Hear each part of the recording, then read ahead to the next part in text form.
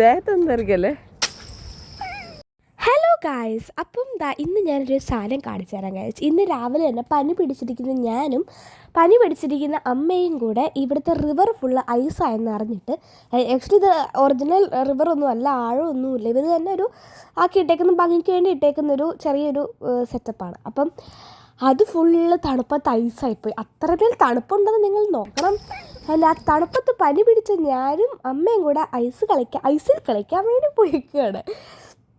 എൻ്റെ ഗൈസ്, എന്ത് രസമായിരുന്നു, നല്ല രസമായിരുന്നു കളിക്കാനായിട്ട്. പക്ഷെ ഒടുക്കാതെ തണുപ്പിൽ കൈയെല്ലാം കൂടെ അങ്ങ് പൊള്ളിപ്പോയെന്നേ ഉള്ളൂ. കുറേ നേരം ഞങ്ങൾ അവിടെ നിന്ന് കളിച്ച് കേട്ടോ, അല്ലെങ്കിൽ കുറേ നേരം സ്പെൻഡ് ചെയ്തു. നല്ല രസമായിരുന്നു. നമ്മളിങ്ങനെ ഐസ് എടുത്തിട്ട് ഇങ്ങനെ എറിഞ്ഞ് പൊട്ടിക്കും. അപ്പോൾ നല്ല രസമായിരുന്നു. ഞങ്ങൾ മാത്രമല്ല ഗൈസ്, ഇവിടെ ഉണ്ടായിരുന്ന മിക്ക കുറേ ആൾക്കാരും ഉണ്ടായിരുന്നു.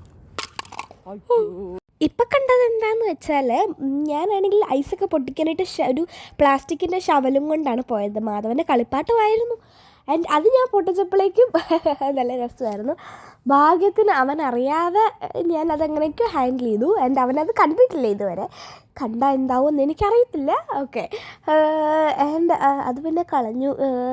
ഓക്കെ, അതെല്ലാം കഴിഞ്ഞ് നമ്മൾ അവിടെ ഇതൊരു ഫുൾ, അതായത് ഇതൊരു 18 ബിൽഡിങ്സ് ഉള്ള കമ്മ്യൂണിറ്റി ആണല്ലോ. അവിടെ കുറേ ഇതുപോലത്തെ അപ്പാർട്ട്മെൻറ്റ്സ് ഉണ്ടല്ലോ, ബിൽഡിങ്സും ഉണ്ടല്ലോ. അപ്പോൾ അവിടെ ഫുൾ ഇങ്ങനെ കറങ്ങി വെള്ളമാണ്. അപ്പോൾ അവിടെ ഫുൾ ഐസായിട്ട് കിടക്കുകയാണ്. ഞങ്ങളിങ്ങനെ പലയിടത്തും ഓടി നടന്ന് കളിക്കുകയാണ്. അവസാനം എൻ്റെ കൈയൊക്കെ എന്താ പറയുക, ഇങ്ങനെ ഐസായിപ്പോയി.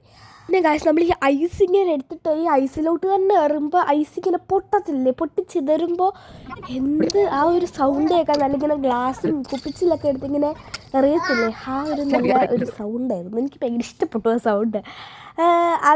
എന്ത് തണുപ്പാണ്. ആക്ച്വലി നമ്മൾ പറയുന്നല്ലോ, നല്ല തണുപ്പുണ്ടായിരുന്നു. അവസാനം ഞാൻ ഗ്ലൗസ് ഇട്ടിട്ടാണ് എല്ലാം എടുത്തത്, കാരണം നല്ല രസമാണ്.